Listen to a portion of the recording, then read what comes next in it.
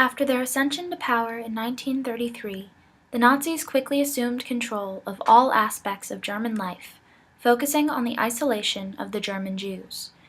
During the first 6 years of Hitler's dictatorship, 1933 to 1938, German Jews felt the effects of more than 400 decrees and regulations that restricted all aspects of their public and private lives, including the Nuremberg race laws, which prevented Jews from working in the public sector and marrying non-Jews.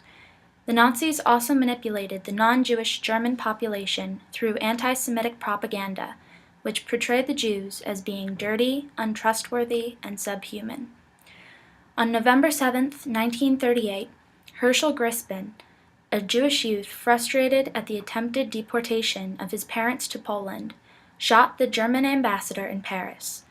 Upon the ambassador's death, Hitler's brass stated that although demonstrations should not be prepared or organized by the Nazi Party, that demonstrations that erupt spontaneously are not to be hampered. The Nazis staged violent pogroms against the Jewish communities in Germany, Austria, and the Sudetenland. Despite sounding like a benign address, the statements gave amnesty to a population stoked by German propaganda and aimed to encourage aggressive behavior towards Jews. On November 9th and 10th, 1938, SA and Hitler Youth members who were not in uniform targeted and destroyed Jewish homes, businesses, and synagogues.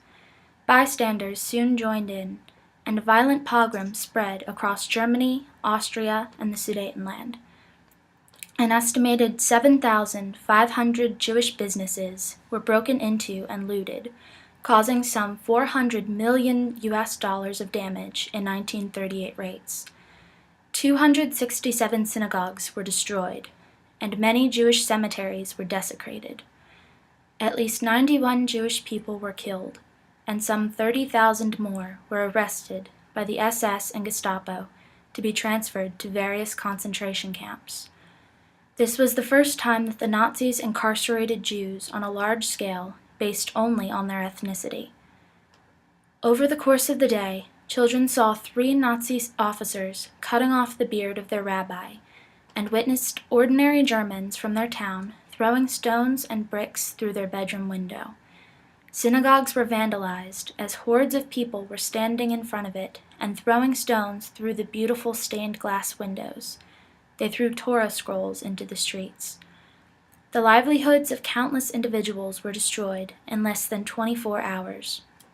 The night became known as Kristallnacht, the night of broken glass, because that night the glass of countless broken windows littered the streets.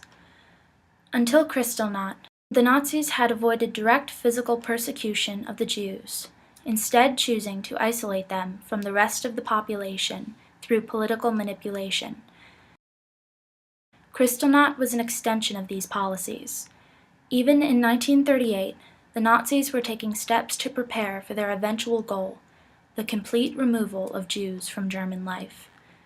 During Kristallnacht, German officials were ordered to remove all of a synagogue's archive materials prior to vandalizing it, so that they could be used when the Germans relocated Jews into ghettos and concentration camps.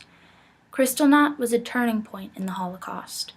The German persecution of the Jews became physical. More importantly, non-Jewish Germans were manipulated, not only to approve of the horrifying acts being done to their Jewish neighbors, but to actively participate as well. Although the pogrom was staged to appear spontaneous, the proceedings were led by the government. By disguising themselves as civilians, the SA and Hitler Youth members who instigated the violence created peer pressure among the German population. Germans feared that refusal to accept or participate in the measures being taken would be considered unpatriotic. Kristallnacht was used to unify a struggling Germany against the Jewish scapegoat, ensuring that they would not speak out when the violence escalated to the outright murder of 6 million innocent men, women, and children in the historical event we now know as the Holocaust.